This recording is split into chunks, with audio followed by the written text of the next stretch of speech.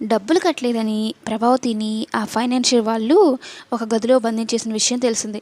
అయితే మీనార్ చూస్తుంది. మీనార్ చూడడంతో ఒకసారి ఒక దగ్గర దాక్కుంటుంది.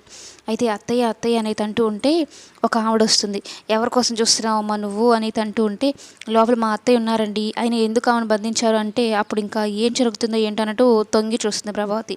ఇంకా అసలు నిజం బయటపడిపోతుంది. మీ అత్త వడ్డీ కట్టలేదు, అందుకే ఈ శిక్ష అనేది చెప్తూ ఉంటే మా అత్తయ్యని గదిలో వేయడానికి మీకెంత ధైర్యం, చెప్తా ఉండండి, మీకు కరెక్ట్ మొగుడు మా ఆయనకి ఫోన్ చేసి చెప్తానని ప్రభావతి వద్దంటున్న బాలుకి ఫోన్ చేసి పిలిపిస్తుంది. అసలు ఏంటన్నా ఇది, డబ్బులు కట్టకపోతే మరి జైల్లో వేసినట్టు ఏంటి శిక్షలు అనేది అంటూ ఉంటే మరి ఏం చేయాలి, అసలు వడ్డీ ఏమీ కట్టలేదు, నా దగ్గర శిక్షలు ఎలా ఉంటాయి నీకు తెలియదా బాలు అని ఫైనాన్షియర్ చెప్తూ ఉంటాడు. వడ్డీ డబ్బులు ఏంటి ఇదంతా అనేది అంటూ ఉంటే అప్పుడు మొత్తం నిజం చెప్పేస్తాడు.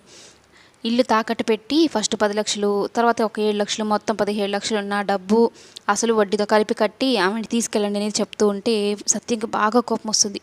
ఎప్పుడు ప్రభావతిని పల్లెతో మాట్లాడు, కనీసం చెయ్యి కూడా చేసుకోడు. ప్రభావతి ఏదో నోరుగలది అని వదిలేస్తూ ఉంటాడు. అలాంటిది ఆ 40 లక్షలు పోగొట్టినోడి కోసం నువ్వు మళ్ళీ 17 లక్షలు జమ చేసి మరీ నన్ను నాశనం చేసావా అంటూ ప్రభావతి మీదకి చేయడంతో ఒక్కసారిగా షాక్ అయిపోతారు బాలు.